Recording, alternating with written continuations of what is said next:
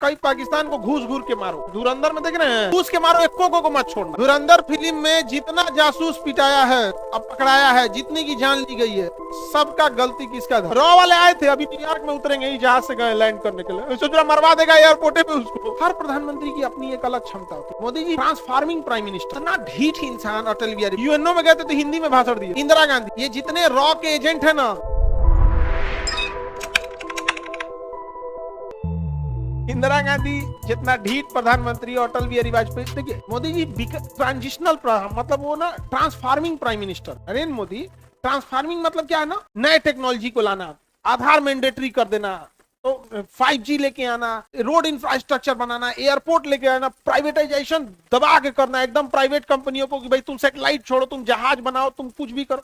तो ये ट्रांसफॉर्म करने वाले आदमी है। अटल बिहारी वाजपेयी और इंदिरा गांधी में हर प्रधानमंत्री की अपनी एक अलग क्षमता होती है। वो लोग का कहना था कि अगर दुनिया हमको आंख दिखाएगी ना, अगर दुनिया मना करेगी मत करो, तो हम ओके दुगना रफ्तार से करें। जैसे अटल बिहारी वाजपेयी को अमेरिका ने कहा परमाणु परीक्षण नहीं करो, तो 5 को कर दिए, कौन करेगा? 5 कर दिया अटल बिहारी वाजपेयी। और अटल बिहारी वाजपेयी जब कारगिल की लड़ाई लड़े थे ना, तो अमेरिका के राष्ट्रपति फोन किया कि आप कारगिल की लड़ाई रोक दीजिए, हम पाकिस्तान के राष्ट्रपति यहाँ आए हैं, आइए बैठ के बात करते हैं। तो कहें कि बात होगा युद्ध के बाद, बात होगा युद्ध के बाद। तो उसने धमकी दिया कि पाकिस्तान भी परमाणु संपन्न देश है। तो अटल बिहारी वाजपेयी ने कहा कि अगर वो परमाणु संपन्न देश है तो हमला कर सकता है, हमारे कुछ शहर को क्षति पहुंचेगी, हम अपने कुछ शहर खो देंगे, लेकिन मैं वचन देता हूं कि सुबह का सूरज पाकिस्तान नहीं देख पाएगा। तो हर प्रधानमंत्री की ना अपनी क्या होती है, एक आइडेंटिटी होती है, अपनी पहचान होती है। ये कुछ बहुते ढीठ होते हैं, जैसे अटल बिहारी वाजपेयी, बाप रे इतना ढीठ इंसान अटल बिहारी वाजपेयी, मतलब उनको किसी के,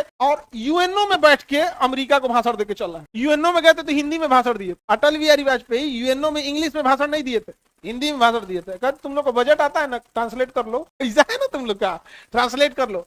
और अटल बिहारी वाजपेयी से पूछा गया आप हिंदी में भाषण दिए थे, तो उन्होंने कहा था कि दुनिया के सबसे बड़े लोकतंत्र को सुनने के लिए लोगों को कुछ मेहनत तो करनी पड़ेगी। तो हर प्रधानमंत्री की अपनी क्षमता होती। इंदिरा गांधी, ये जितने रॉ के एजेंट है ना, रॉ वगैरह बना के कई पाकिस्तान को घूस घूस के मारो। धुरंधर में देख रहे हैं, इंदिरा गांधी ने कहा कि घूस के मारो, एक को मत छोड़ना, एक को रॉ बनाया गया था। तो इंदिरा गांधी को सुप्रीम कोर्ट ने कितनी बार चमका दिया? इंदिरा गांधी को 2 बार चमका दिया। अब नरेंद्र मोदी जी आए तो इन्होंने न्यायिक नियुक्ति आयोग लगाया, कहा कोलोजियम नहीं, इसमें कानून मंत्री प्रधानमंत्री भी रहेंगे। सुप्रीम कोर्ट बुलाया, अकाई के जो झुंझुना लेके आए ना न्यायिक नियुक्ति आयोग, ये 2 कानून मंत्री रहेंगे, प्रधानमंत्री रहेंगे, कानून के अच्छे जानकार रहेंगे, हम लोग को कौन सी अंगूठा छाप समझे, फाड़ के फेंक दे। सुप्रीम कोर्ट ने रद्द कर दिया न्यायिक नियुक्ति आयोग, और दोबारा किसे चालू कर दिया? कोलोजियम। मेरे कहने का मतलब, ना हमको यहाँ आपको इंदिरा गांधी का बात बता रहे थे, ना अटल बिहारी वाजपेयी, ना मोदी, हम ये बता रहे थे कि प्रधानमंत्री के ऊपर सुप्रीम कोर्ट होता है। समझ गया कि नहीं आ गया? किसी को दिक्कत? सर मोरारजी देसाई सबसे घटिया प्रधानमंत्री था। जितना जासूस पिटाया है सब ना, धुरंधर फिल्म में जितना जासूस पिटाया है, अब पकड़ाया है, जितनी की जान ली गई है, सबका गलती किसका था? मोरारजी देसाई। इस देश का सबसे घटिया प्रधानमंत्री था मोरारजी देसाई। एकदम अजीब आदमी था, फोन पे कुछ बोल देगा, लोग उसको फोन देने से डरते थे। फोन देगा ना केकरो से, प्रधानमंत्री कुछ बतिया। रॉ वाले आए थे, अभी न्यूयॉर्क में उतरेंगे, जहाज से गए लैंड करने के लिए, सोच रहा मरवा देगा एयरपोर्ट पे उसको। सबसे उठपटांग प्रधानमंत्री कौन था? मोरारजी देसाई। हर प्रधानमंत्री की अपनी अपनी होती है। जैसे इंदिरा गांधी युद्ध के मैदान में सबसे ज्यादा लड़ाकू में यही थी इंदिरा गांधी।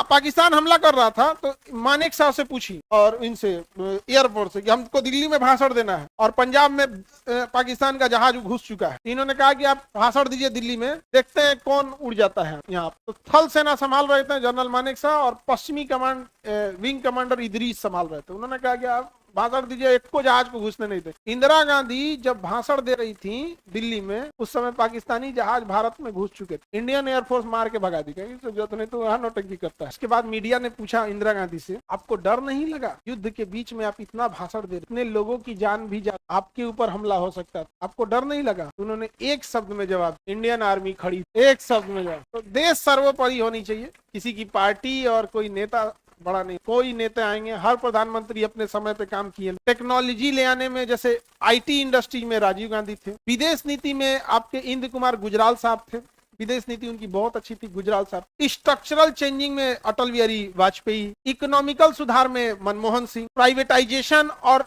ये जो ग्लोबलाइजेशन है उसको फास्ट करने में नरेंद्र मोदी। अब सबका अपना अपना योगदान होता है। कल को आप प्रधानमंत्री बन जाइएगा, आप कुछ करिएगा।